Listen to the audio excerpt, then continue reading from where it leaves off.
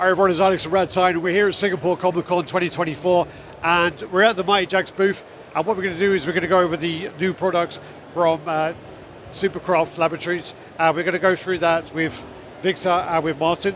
So first of all, do you want to tell me about what you guys do, and tell me about your role. So start with Victor.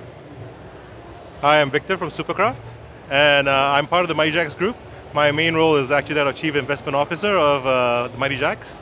And I work with Martin on SuperCraft, just a kind of like the main supporter and someone who's a real fan who wants to get the right pieces out to the right people. Sure. Hi, my name is Martin. I'm the creative director for SuperCraft Lab. So I'm happy to be here and then explain more things to you guys. Obviously, I mean, people are familiar with the Mighty Jaxx brand. So tell me about now the SuperCraft side of it and how that kind of came about. So SuperCraft came about as a way for us to also reach out to a different demographic within the fan group. Like Mighty Jaxx itself, we work on high-end designer collectibles. So that focuses a lot on IP fans. We do things like One Piece, Sanrio, a lot of mass market brands. But I think one of the things that we wanted to do was create a new brand to cater to the crowd that collects statues. People who are serious collectors, people who are big fans of the IPs that Martin and I love, and we wanted to do it in a way that would, not let them down. We wanted to provide, quality pieces with designs that you probably can't find in the market at this point in time, and also give to the fans what they want. A lot of fan service, a lot of just thinking out of the box in terms of how we can present some of these products, right?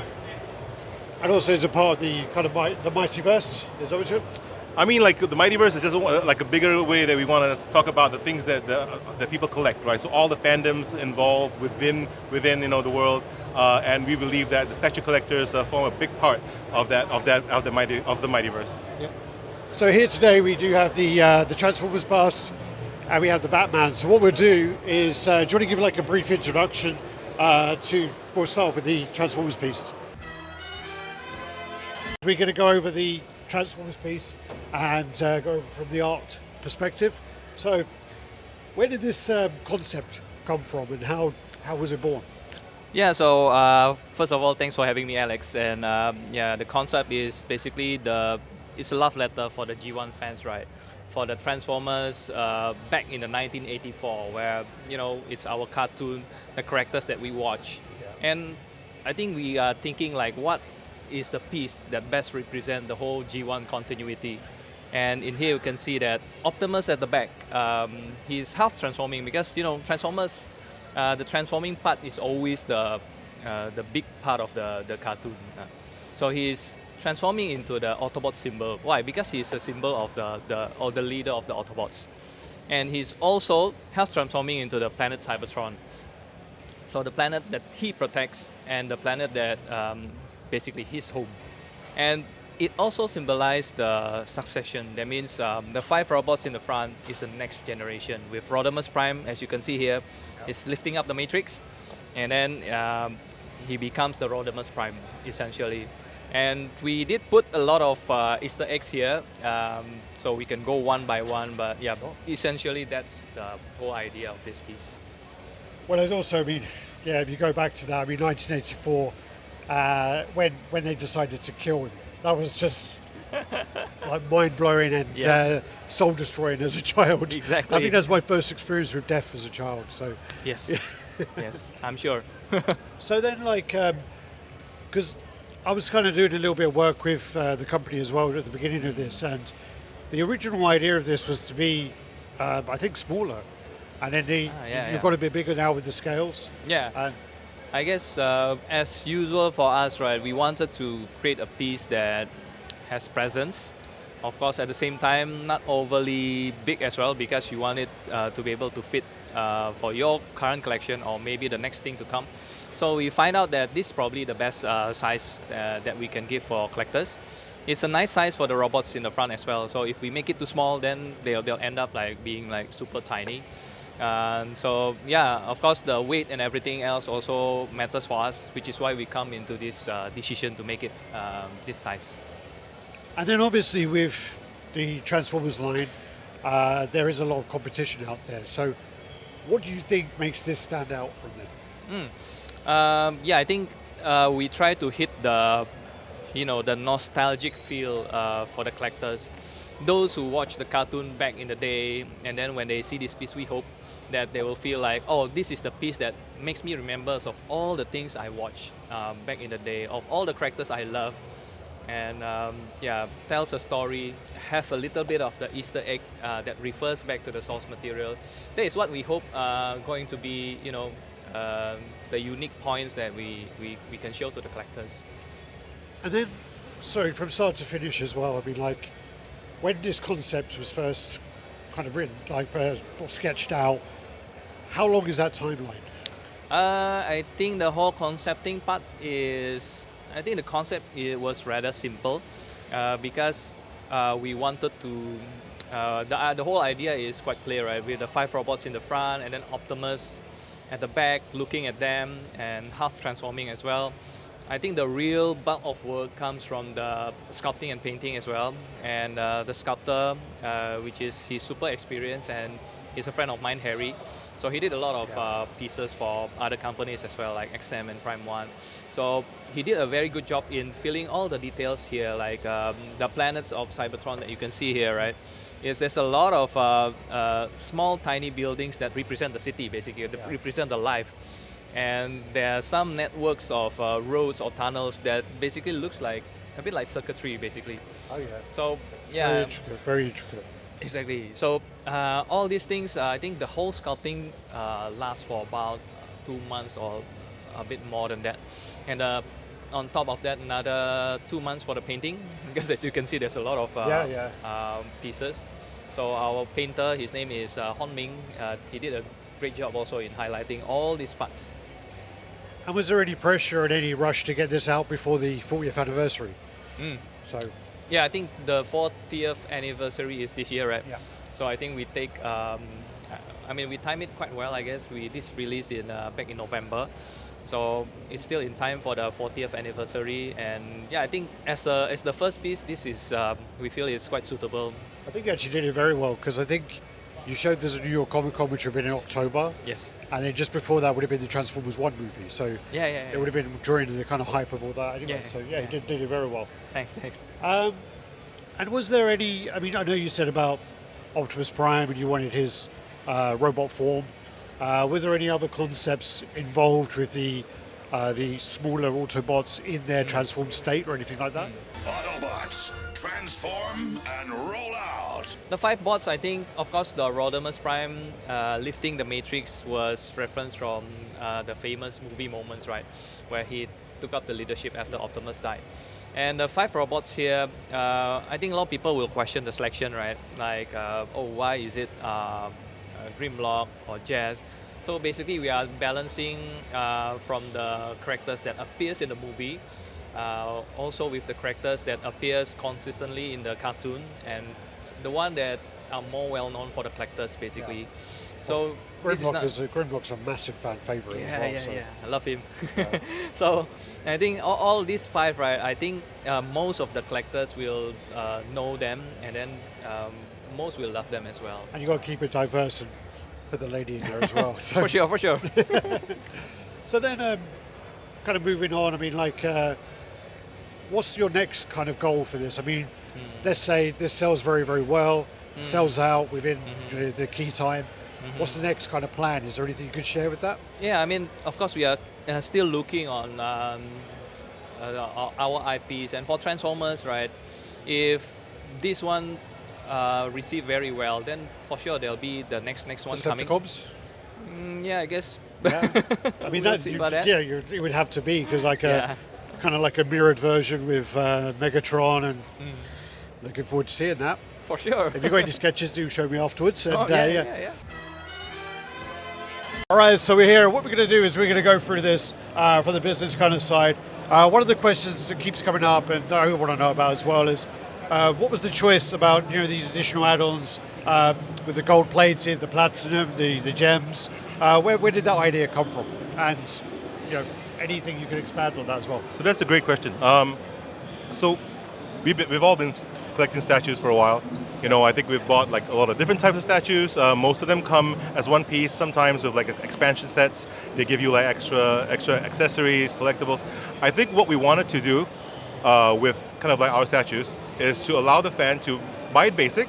You can get it as it is, and you do not have to pay any more money. But we also wanted people who came to us and said, hey, can you make it different? Yeah. Can you make it unique? I want to own a real one of one. Yeah. Right? I don't want something that everyone else has. Right? So how can we do that? So one of the things that we thought was, why don't we make specific parts of the piece, different, right? In this case, making it more precious. So we thought about metals, we thought about different types of materials. So we finally came down to kind of like using what was kind of the best fit with the collectible, with the statue itself. So in like Transformers, we actually change up some of the parts that you see on the robots, like on Rodimus. You'll see like his chest plate, we actually use like gold plating. There'll be platinum plating on some of the silver parts. You can use precious stones, especially for the core of Cybertron. And even the faceplate, right? We made it like rose gold. So we wanted to use like materials that would not conflict with the original design intent, but we wanted the materials to also be able to show to the collector and his friends that it's a really unique piece. And also makes it more premium. Like makes it a more premium piece as well.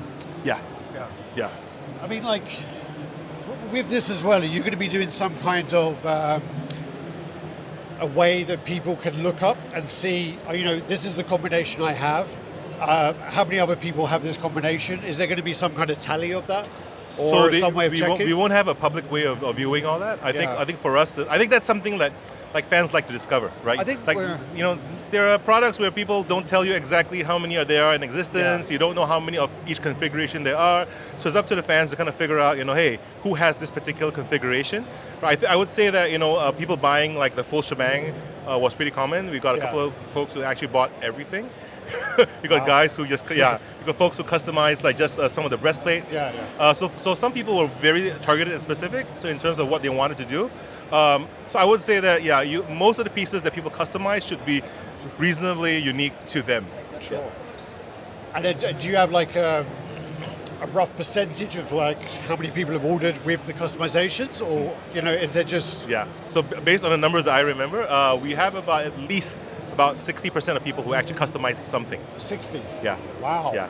So they actually changed something. It could be one. It could be one customization or more. But It's quite a high percentage. I mean, that's a higher percentage than I would have thought of. I would have thought nobody would have bought, kind of like the whole accessory. Yeah. But there were quite a lot of people who actually changed up everything. I mean, this is something probably off camera, but do you notice that is like more of a region-specific thing? Like a certain region is like going more premium, or is it more spread out? I would say the Americans, they form a big part of. I mean, off the record, I think the Americans form a big part of this.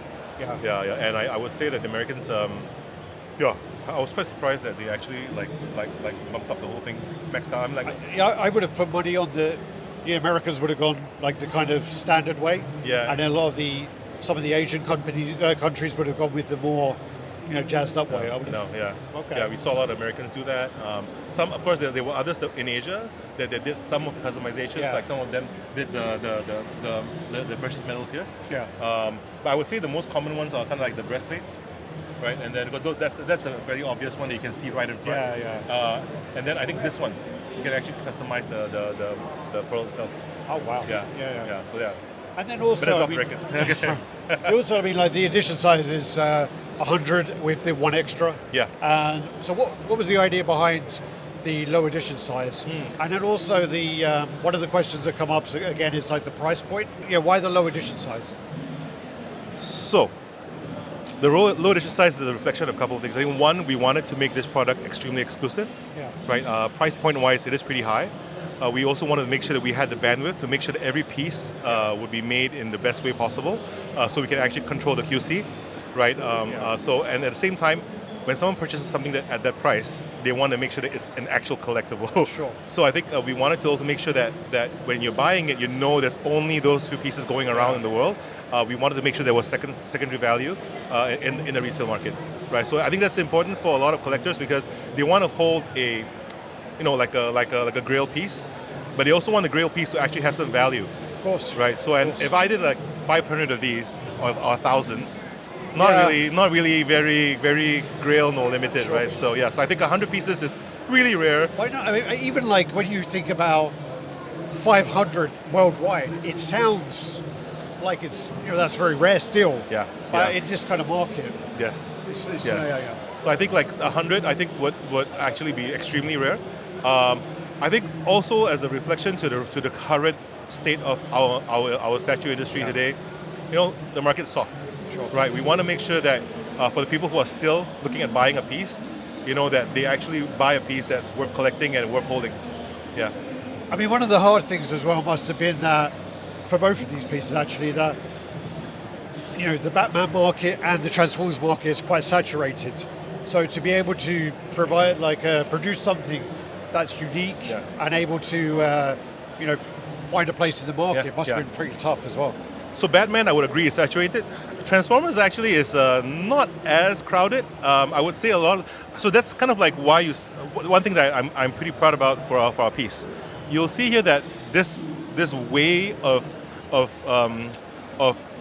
making the statue is very different. The form that is taken is very different from what we see in the market. We've done a survey of the market and see what's available. A lot of museum poses, a lot of some battle poses, but no one has actually done, I would say, a symbolic diorama, right, that would actually be reflective of the story. So when you look at this piece, it is telling you essentially the entire G1 story, and then going on to kind of like a bit of G2. It's not a battle scene. It is not Optimus, dying. It's not that. It's everything, right? So this piece should essentially be an amalgamation, of all your childhood memories of G1 Transformers. I think that's what I'm really proud about. Well, I read one of the comments where it said, looking at this statue, I can literally hear the theme tune music in my head. Not the Transformer tune, but the actual tune from the movie. You got the touch. You got the touch. Like this scene, in the movie when he picks it up, and then you hear the dun dun dun. The soundtrack for that is amazing. Yeah. I mean, it really hits you, right? Yeah. So I think we want that to be the feeling that people get when they first see the statue. But I wouldn't stop there. As you look around, there are a lot of things that like Marthin has done to actually bring out different conversations, right, about Transformers in general. I mean, to get mine on board is something. I mean, he's done some amazing statues in his time, and he's continuing to do it. Yeah. He is definitely one of the best in the business. So, for sure. We love Marthin, man. Yeah. And then what's the future for this? I mean, if this sells well, this sells out all 100, and everyone's happy. What's the next step? Well, I can't share too much about what's coming up in this line, but the Transformers do not exist by themselves. You mean the Autobots don't exist without the... I mean the Autobots don't exist by themselves. There's a certain duality involved in the universe. So Of course, okay. I'm looking forward to what that means. Okay. I could guess. But But I think it wouldn't be complete, right, by No, itself. of course. So, Yeah. I'm looking forward to seeing that.